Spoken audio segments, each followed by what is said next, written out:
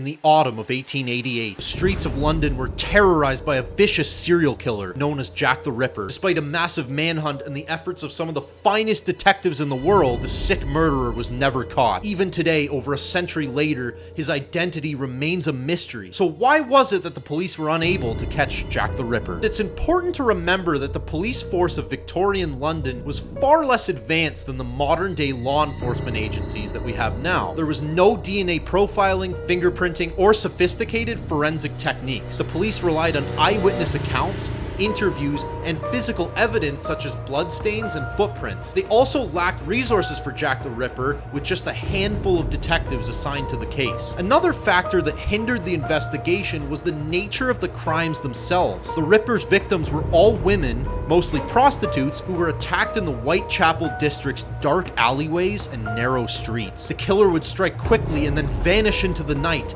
leaving no trace behind. In many cases, there were no witnesses at all to the attacks, and the victims themselves were too badly mutilated to provide any clues as to the identity of the attacker. Adding to the difficulty of the investigation was the fact that the Ripper seemed to have no discernible pattern to his attacks. His victims varied in age, appearance, and background. He would strike in different locations at different times of the night, and there was no apparent motive to his crimes. The Ripper also had this uncanny ability to blend in with the local population. Whitechapel was a densely populated and impoverished area where crime was frequent. The Ripper could move about unnoticed, using the crowded streets and the cover of darkness to his advantage. He was also skilled at disguising his appearance, which made it difficult for witnesses to ever identify him. Another factor that worked in the Ripper's favor was the press. The sensational nature of the murders had captured the public's attention, and newspapers quickly jumped on the story. Many of the stories they published were sensationalized and inaccurate, adding to the confusion surrounding the investigation. The Ripper, of course, used this to his advantage, feeding false leads to the press and diverting attention away from himself. There wasn't much cooperation between the different police forces working on the case. Whitechapel was policed by the Metropolitan Police,